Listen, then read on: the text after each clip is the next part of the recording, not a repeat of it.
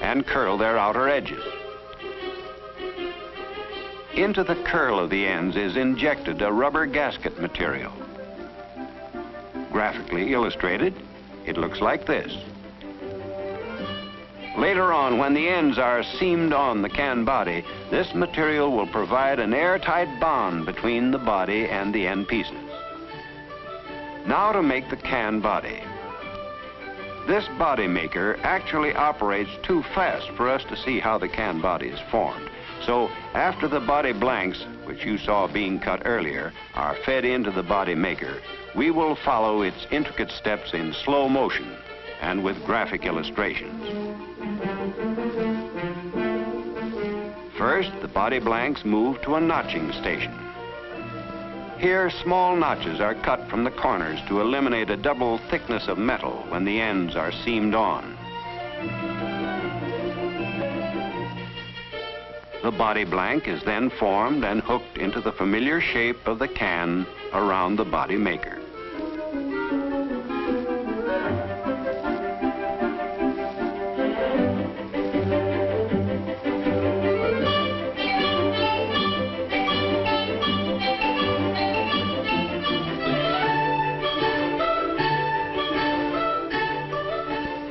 Next, they are bumped to form and tighten the side seam.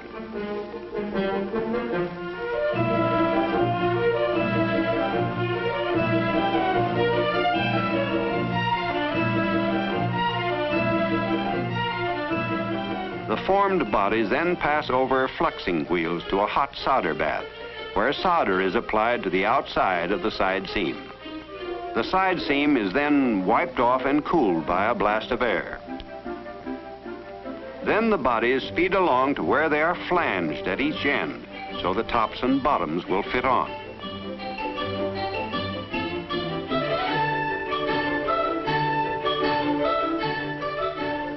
Here you will see why the body blanks were notched. The notches eliminate a double thickness of metal where the side seam overlaps the flanged part. Only 2 layers come together at this point, thus permitting a perfect seal when the end pieces are seamed on.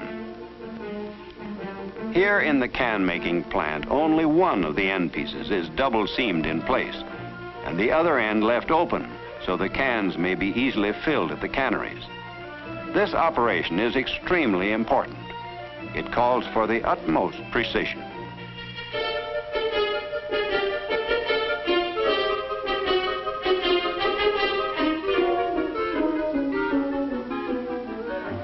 One end is placed on the can body.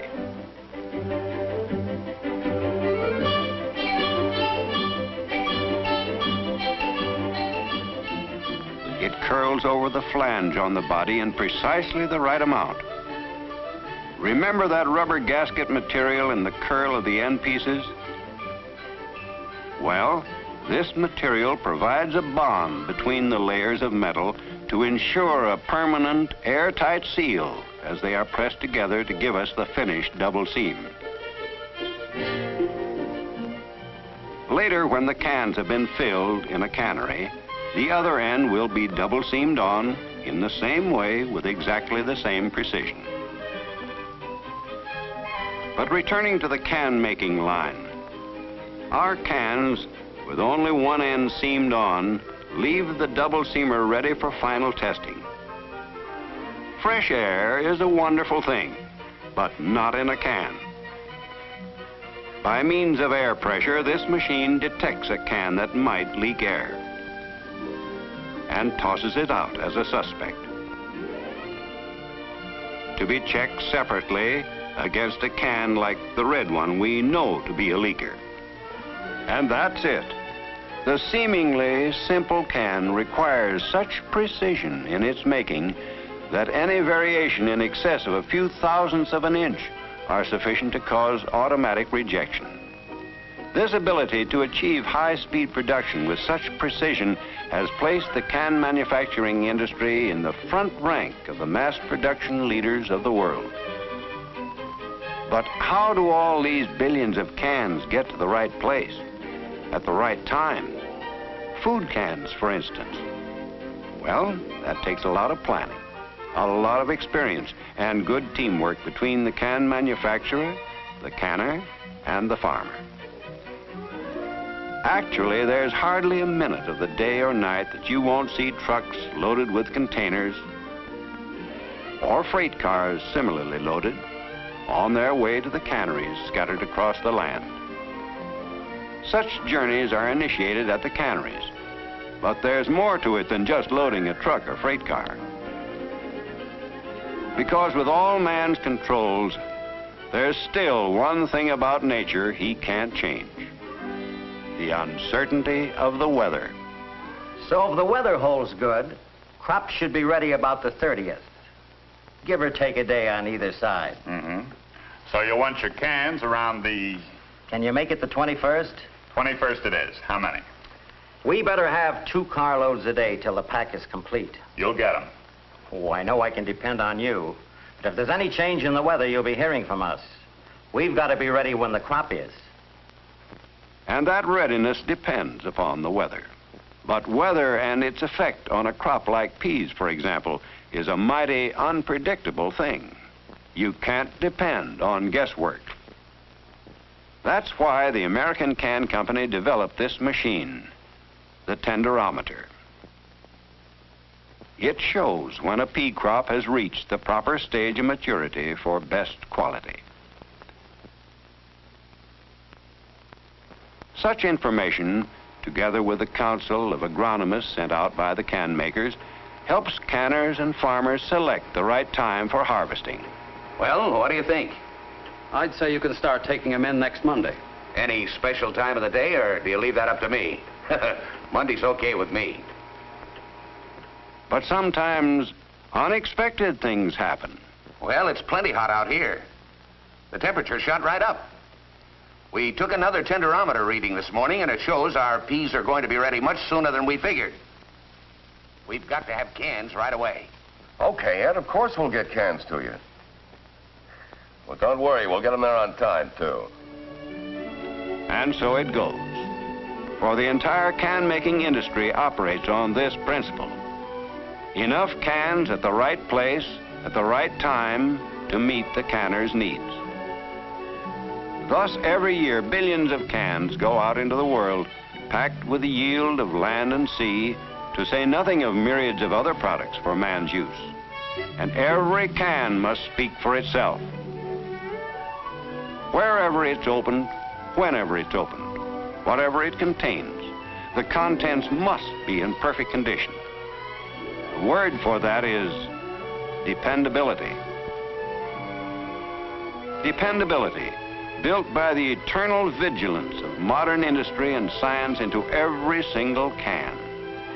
For whatever the contents, whatever their ultimate purpose, the goal is satisfaction. There is nothing more important than serving the health and well-being of multitudes of people. Providing protective containers for the food of a nation is such a service, about which here's something to remember. No, no, Joan, don't do that. You're throwing away the best part. Well, it's only water. Water, nothing. That's the liquid they were cooked in. It's full of vitamins and minerals. Why, throwing this away would be like, well, like stewing a chicken and throwing away the broth. Right. For not only do canned foods contain as much nutrition as fresh cooked foods, but nature's own nutrients are sealed in when these foods are at their very best, and none of the precious values can escape.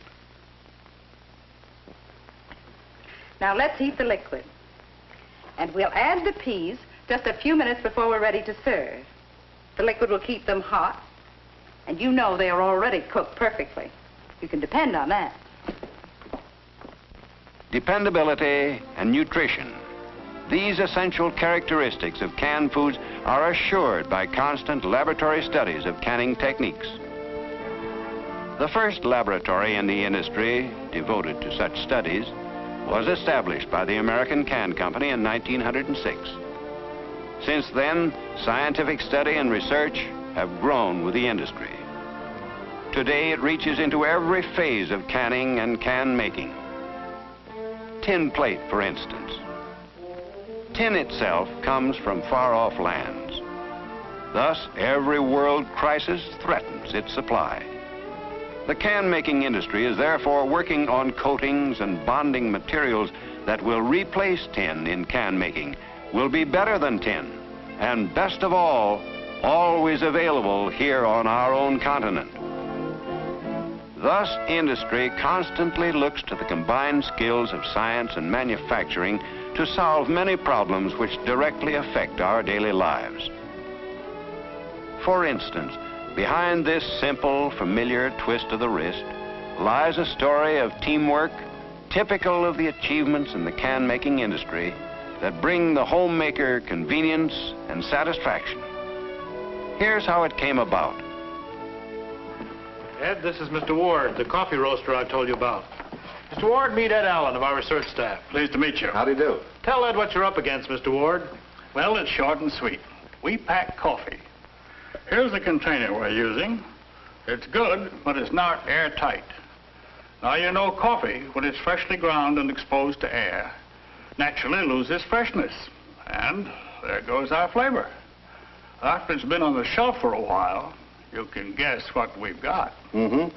Stale coffee, probably, if it stays there long enough. Right, and folks don't like it. Well, there's only one real answer to that.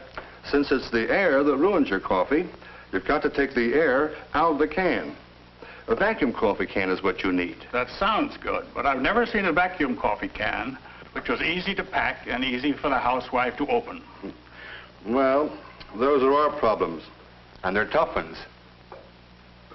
Let's work on them. It's sure a puzzler. You've got to develop a can strong enough to hold a vacuum, and yet will be easy to open. Let me think it over a while. I'll try to come up with something. But I warn you, it may mean designing machinery to produce it. You let me worry about that. Call me when you get an idea.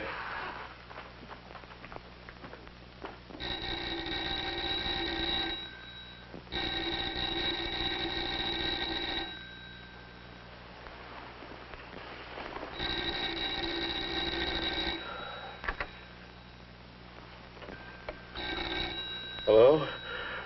Hello? Phil, this is John. Got a pencil and paper? Huh? Wake up. This is what you've been waiting for. Grab a pencil. All right.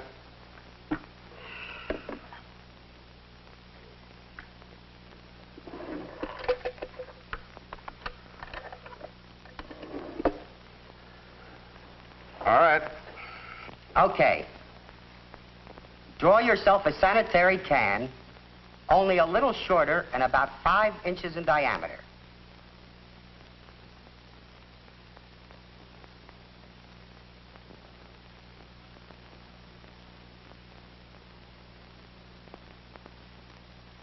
Got it? Yeah, go on. Now, draw a bead on it about 1 inch from the top.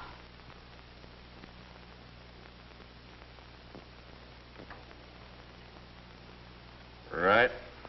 Now, cut away part of the can to show the inside.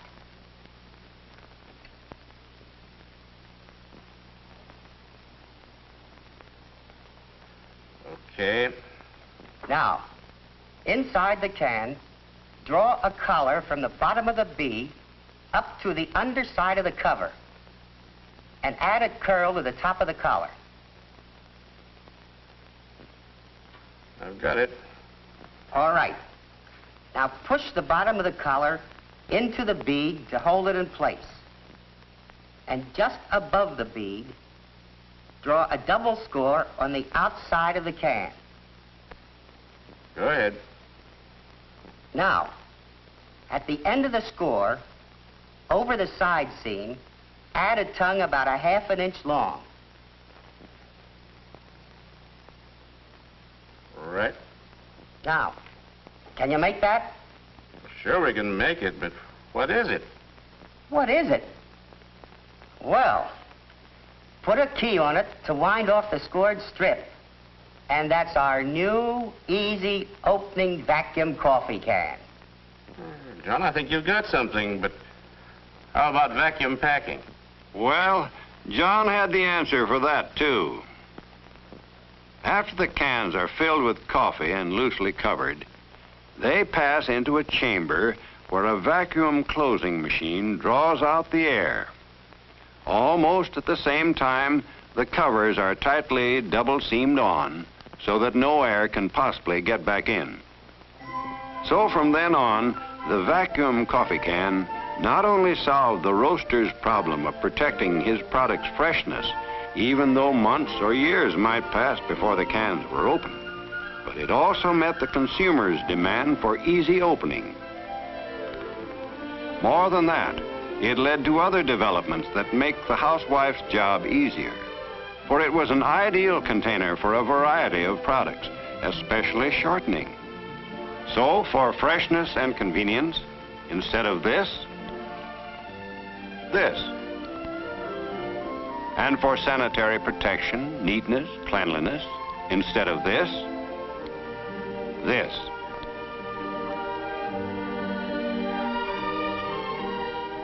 Or perhaps the whole story can be summed up in the vast difference between this and, with all it signifies in our modern way of life, this.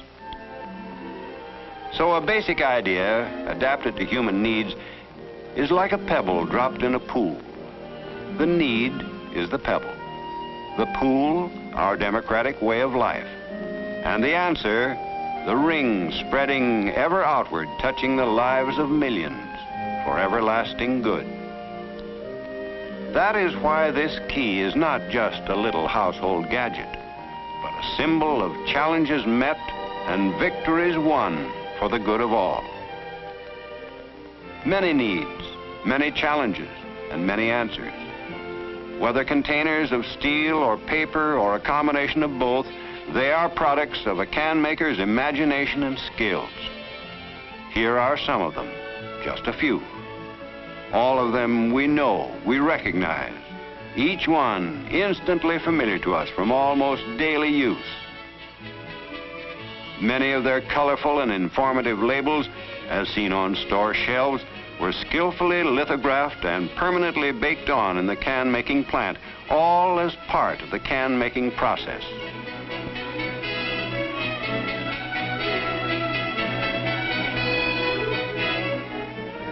This, too, while not a can, it had its beginning in the minds of can makers, whose skill in shaping, sealing, and mass-producing metal containers was applied to the problem of fashioning from paper the ideal disposable container for the dairy industry.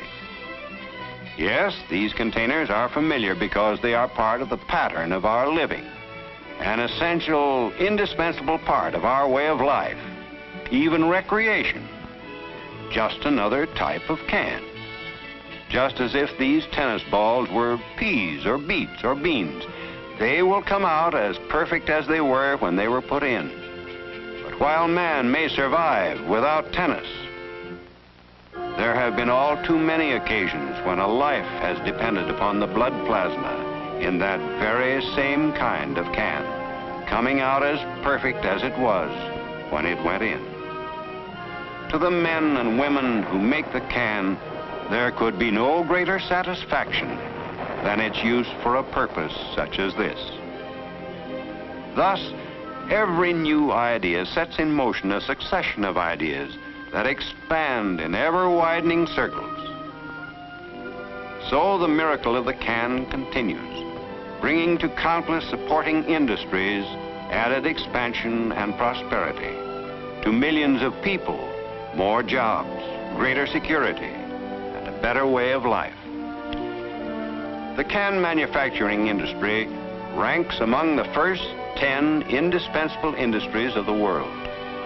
Hundreds of thousands of men and women in the United States, Canada, Hawaii, Alaska, and elsewhere depend upon its continuing prosperity. Its bright future is theirs. This achievement, this present-day flowering of the seeds of enterprise first planted by the pioneer can makers of America, and nurtured by their successors, has truly brought about a miracle of benefits to our people. A miracle which continues daily for all people. For today, every day is harvest day. Daily we have the assurance of nature's bounty both for today and tomorrow. Much we have today, and our promise of the future is ever more and more. And just as harvest time means more than the ending of one bountiful season, but contains within itself the seeds of another fruitful spring, so this humblest little servant of your daily life contains not just a product, but symbolizes a more abundant life for all freedom-loving people everywhere in the world. This is the miracle of the can.